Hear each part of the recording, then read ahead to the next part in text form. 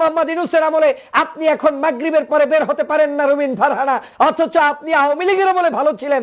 এই বক্তব্যই প্রমাণ করে আপনাদের মতো লোকদেরকে শেখ হাসিনা বাংলাদেশে হয়তো রেখে গিয়েছে, আবার বাংলাদেশে নতুন করে আওয়ামী লীগ ফেরত আসার জন্য।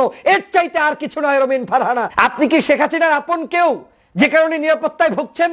আপনি কি শেখ হাসিনার মতো সন্ত্রাস দুর্নীতি চাঁদাবাজদের পক্ষে যে কারণে নিরাপত্তায় ভুগছেন ব্যারিস্টার রুমিন ফারহানা? আপনি কি বাংলাদেশে মনে করছেন যে আপনি হাসিনার কোনো দালাল কিংবা গোপন সংস্থার সদস্য যে কারণে নিরাপত্তায় ভুগছেন? না হয় কেন বলছেন? আমি এর মাধ্যমে বলতে চাই, বাংলাদেশের প্রত্যেকটি জায়গায় এখনো শেখ হাসিনার গুপ্তচরেরা বিভিন্ন নামে বেনামে হয়তো বিভিন্ন সংগঠনের মধ্যে লুকায়িত আছে। না হয় এই ধরনের বক্তব্য কোনোদিন হতে পারে না। 5ই আগস্টের এই সরকার হচ্ছে আমাদের সরকার, দেশের সরকার, মানবতার সরকার। 5ই আগস্টের সরকার হচ্ছে ইউনূসের এই সরকার, হচ্ছে বিপ্লবী সরকার, বিপ্লব পরবর্তী আজকের এই বাংলাদেশের মানুষের নেতৃত্ব দেওয়ার সরকার। এই সরকারের ভুল থাকবে, ত্রুটি থাকবে, সব থাকবে, কিন্তু এই সরকার কোনোদিনই শেখ হাসিনার চাইতে খারাপ সরকার নয়, আওয়ামী লীগের চাইতে খারাপ সরকার নয়। আওয়ামী লীগ একটি হত্যাকারী, গুমকারী, নির্যাতনকারী সরকার ছিল, জনগণের উপরে একেবারে চরম মাত্রার একেবারে আধিপত্য বিস্তারকারী সরকার ছিল। ওই সরকারকে হটিয়ে আমরা যেই সরকার বসিয়েছি, সেই সরকারকে যেই নেত্রীর পছন্দ হয় না, নিশ্চয়ই ওই নেত্রী শেখ হাসিনার ব্যক্তিগত কারণে, তার কোনো একজন বিশেষ ব্যক্তি ছাড়া আর কিছু নয়। অতএব প্রিয় বন্ধুরা আমার, এই দেশকে রক্ষা করতে হলে দলমত চিনি না, আওয়ামী বিরোধী এই সংগ্রাম আমাদের অব্যাহত রাখতে হবে। হাসিনার দোসরদের বিরুদ্ধে আমাদের লড়াই অব্যাহত রাখতে হবে। আওয়ামী লীগের সকল ষড়যন্ত্র সম্পর্কে আমাদেরকে সজাগ থাকতে হবে। ব্যারিস্টার রুমিন ফারহানা বলছেন যে বাংলাদেশে এখন আর একা একা ঘর থেকে বের হওয়া যায় না, রাস্তাঘাটে হাঁটতে নাকি তার সন্ধ্যার পরে মানুষ প্রয়োজন হয়। এমন এক বিভীষিকাময় বাংলাদেশের পরিস্থিতি যে রুমিন ফারহানাকে এক জায়গা থেকে আরেক জায়গায় যেতে হলে একা একা আর তিনি পারছেন না, তাকে মানুষ ছাড়া চলা দুষ্কর হয়ে দাঁড়িয়েছে তার জন্য। তার মানে তার জীবন এখন শঙ্কিত, তার চলাফেরা এখন লিমিটেড হয়ে যাচ্ছে।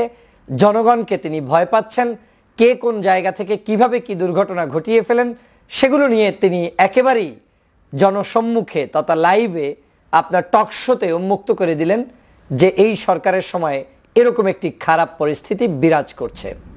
কোন সরকারের সময়?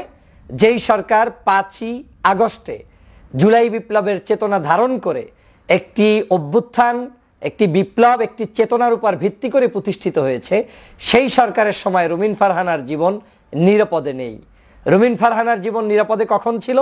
শেখ হাসিনার যে 16 বছর ছিল সেই সময় তিনি নিরাপদে ছিলেন, সেই সময় তিনি সংসদে ছিলেন, সেই সময় তিনি বাসা বাড়ি, টকশো, রাস্তাঘাট সব জায়গায় তিনি চলতে পারতেন।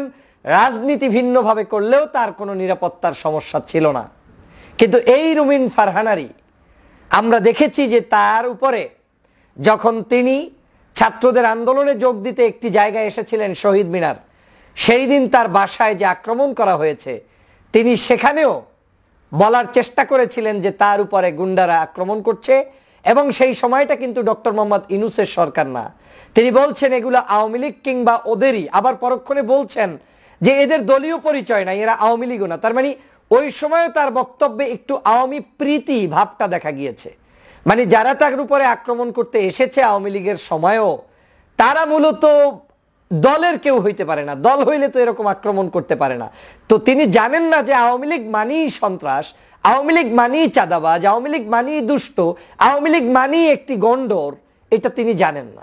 যাই হোক, তিনি তো সেই দিন বলেছিলেন যে আমার উপরে আক্রমণ করা হচ্ছে, আমার মা অসুস্থ, আমার মাকে হসপিটালে নিব, এই সময় দরজা জানলা ভেঙে দিচ্ছে, কাজ ভেঙে দিচ্ছে।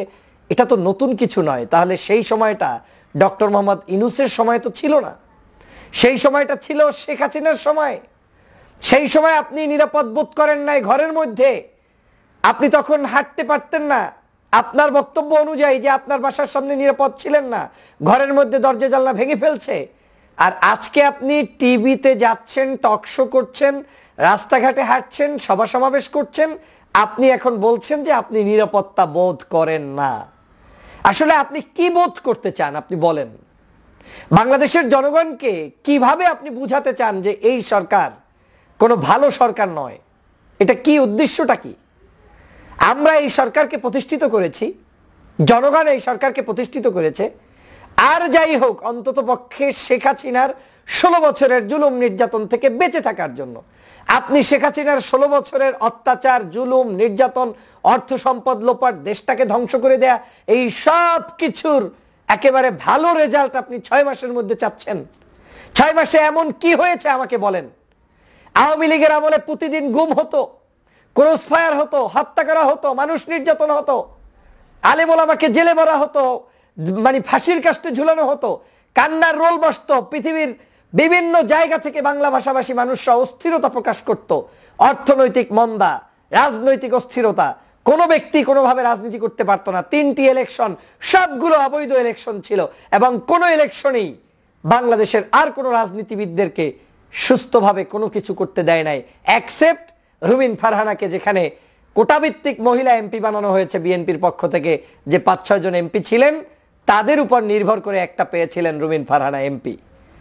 অনেক বিতর্ক আছে সেই সময়ের সংসদ সদস্য যারা যারা যুক্ত হয়েছেন, ওই 5 জনের প্রত্যেকেই প্রায় বিতর্কিত।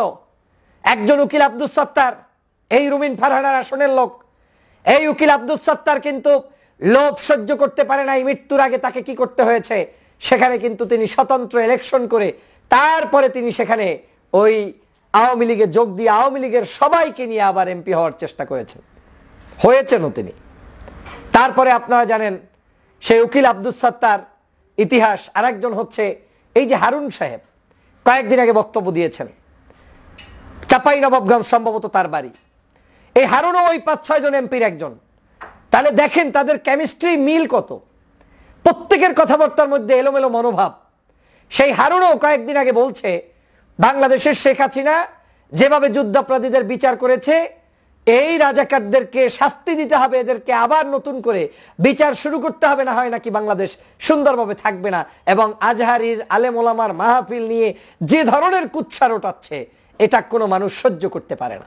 এই একই লোক, ওই লোকই তারেক রহমানের বক্তব্য শোনে নাই, তার কথা রাখে নাই, চাপে পড়ে বাধ্য হয়ে এই দল তাকে তার সর্বশেষ নমিনেশন মানে এমপি হওয়ার পরে শপথ নিতে এক প্রকার বাধ্য হয়েছে মির্জা ফখরুল সাহেব, তখন কিন্তু সেখানে শপথ নেয় নাই।